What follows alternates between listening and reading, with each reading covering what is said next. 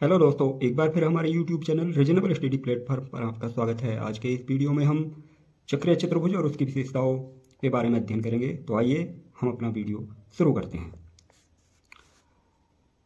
एक ही वृत्त पर स्थित बिंदु चक्रीय बिंदु कहलाते हैं। जैसा आप देख पा रहे हैं, ABCDE ये एक ही वृत्त पर स्थित हैं, इसलिए ये बिंदु चक्रीय बिंदु कहलाएंगे।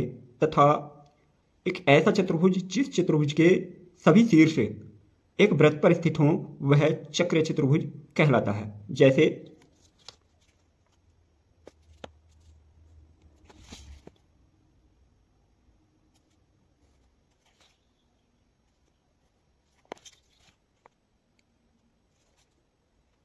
चतुर्भुज ABCD के शीर्ष एक वृत्त पर स्थित हैं, इसलिए यह जो वृत्त ABCD है,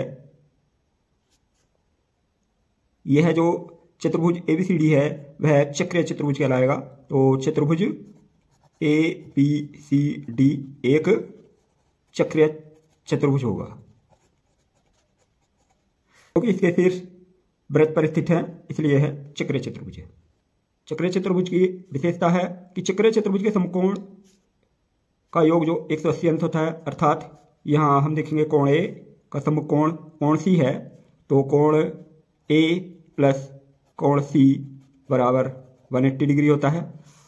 और कोण B का जो समकोण है वो कोण D है, तो कोण B प्लस कोण D बराबर भी 180 डिग्री होगा। यदि चक्रीय चतुर्भुज में दो भुजाएं समांतर हों तो समांतर भुजाओं पर बने जो कोण होते हैं वह बराबर होते हैं। तो जैसे यहाँ पर AB समांतर CD के है या DC के है, AB भुजा DC के समांतर है, तो इस प्रकार इस चक्रीय चतुर्भुज में जो स्थित कोण है अर्थात कोण A बराबर कोण B के होगा, क्योंकि कहा है कि जो समांतर भुजाओं पर बने कोण हैं वे बराबर होंगे। तो यहाँ कोण DAB बराबर कोण होगा CBA, और इसी प्रकार कोण ADC बराबर कोण होगा BCD। तो भुजाएं समांतर होंगे तो समांतर भुजाओं पर बने कोण बराबर होंगे। अगला नियम है कि चक्रीय चतुर्भुज में किसी एक भुजा को बढ़ा दिया जाए। जैसा आप चित्र में देख पा रहे हैं कि चक्रीय चतुर्भुज ABCD है तथा इसकी AD भुजा को बढ़ा दिया गया है, तो इस प्रकार जो बना बहिष्ठ कोण है वो अपने अंतः सम्मुख कोण के बराबर होता है। अर्थात इसका अर्थ है कि कोण बहिष्ठ कोण CDE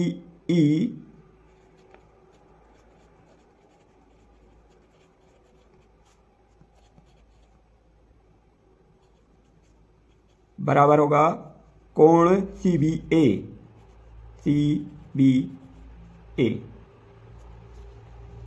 चक्रीय चतुर्भुज की अगली विशेषता है कि चक्रीय चतुर्भुज के सभी कोणों के समद्विभाजक भी एक चक्रीय चतुर्भुज बनाते हैं। जैसे यहाँ पर एक चक्रीय चतुर्भुज ABCD है और उसके प्रत्येक कोण, जैसे कोण A का समद्विभाजक किया गया है और कोण B का समद्विभाजक किया गया है, इसी प्रकार कोण C और इसी प्रकार कोण D का समद्विभाजित किया गया है। तो ये जो समद्विभाजक हैं वो एक दूसरे को PQRS पर प्रतिच्छेदित कर रहे हैं। तो इस प्रकार जो PQRS आकृति है वह भी एक चक्रीय चतुर्भुज होगी। तो PQRS एक चक्रीय चतुर्भुज होगा। चक्रीय अगला नियम है, वृत्त के अंदर खींचा गया जो समांतर चतुर्भुज नहीं होता बल्कि वह एक आयत होता है। कैसे, आइए देखते हैं। समांतर चतुर्भुज के आमने सामने की जो भुजाएं होती हैं वह बराबर तथा समांतर होती हैं। तो यहाँ भुजा AB खींची हुई है। अब हम एक भुजा इसी के समांतर तथा इसी के बराबर दूसरी भुजा खींचते हैं। दूसरी भुजा CD है। इन दोनों भुजाओं की जो लंबाई है 3.5 cm। तो ये दोनों भुजाएं समांतर और बराबर हैं। अब हम जो अन्य दो भुजाएं हैं उसके लिए BC और AD को मिलाते हैं। BC और AD को मिलाने पर जो भुजाएं प्राप्त हुई हैं उन भुजाओं की लंबाई 1.4 cm और जो दूसरी भुजा है उसकी लंबाई भी 1.4 cm प्राप्त हुई है।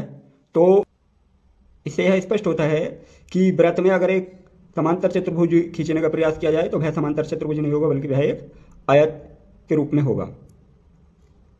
यदि आपको हमारा यह वीडियो पसंद आया हो तो हमारे वीडियो को ज़्यादा से ज़्यादा लाइक और शेयर कीजिए तथा ऐसे ही अच्छी अच्छी वीडियो देखने के हमारे YouTube चैनल को सब्सक्राइब कीजिए। धन्यवाद।